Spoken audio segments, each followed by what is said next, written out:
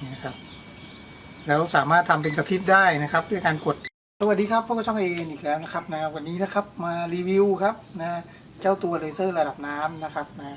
ก็ตัวนี้เนี่ยเป็นเครื่องมือที่ช่างควรมีนะครับมันใช้งานง่ายแล้วก็ใช้งานระดับนะครับใช้งานวัดระดับไม่ต้องไปใช้สายยางเหมือนเดิมนะครับใช้ตัวนี้วัดระดับได้เลยนะครับเรามาดูกันนะครับ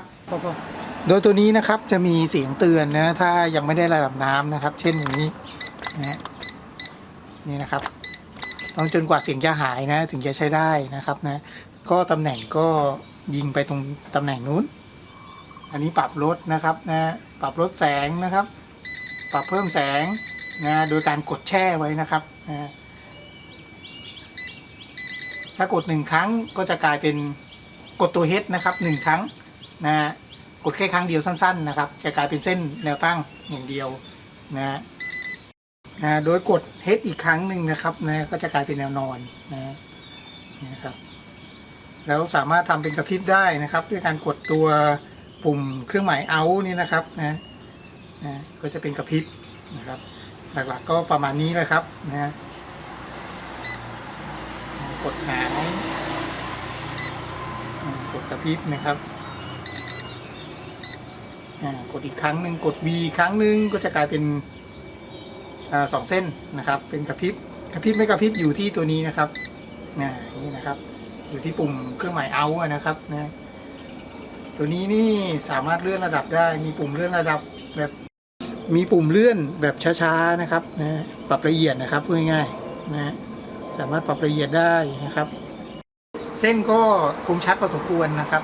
แต่ถ้านั่นเองเส้นก็คมชัดพอสมควรนะครับถือว่ากลางวันนี้ใช้ได้เลยครับก็ชัดดีนะครับเราจะใช้งานลักษณะนี้นะครับคือปกติแล้วเราจะติดตั้งข้างบนนะครับติดตั้งเป็นลักษณะเป็นกันศาสตร์นะครับแต่ว่าทีนี้มันยกขึ้นไปสูงไม่ได้นะครับยกไปสูงเนี่ยจะต้องมีขาติดกับผนังอีกทีนึงเพราะฉะนั้นเราใช้วิธีนี้ครับง่ายๆเลยครับมาร์กเอาไว้นะครับเสร็จแล้วเลื่อนไปอีกตำแหน่งหนึ่งนะครับ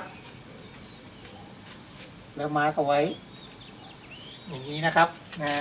เสร็จแล้วใช้ตลับเมตรช่วยครับเอาที่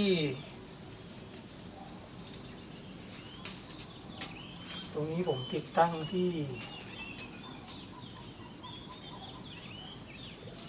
125แล้วกันก็125นะครับแล้วก็ขึ้นไปเอาดินสอขีดไว้นะครับก็จะได้เป็นระดับที่ถูกต้องแล้วนะ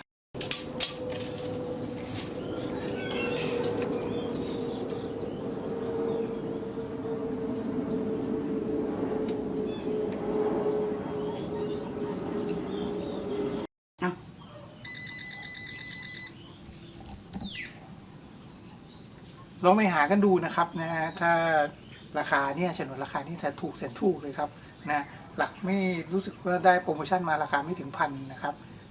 แต่ใช้ประโยชน์ได้เยอะแยะเลยนะครับขอบคุณมากครับสำหรับการรับชมคลิปนี้นะครับถ้าไงฝากกด Subscribe นะครับขอบคุณครับ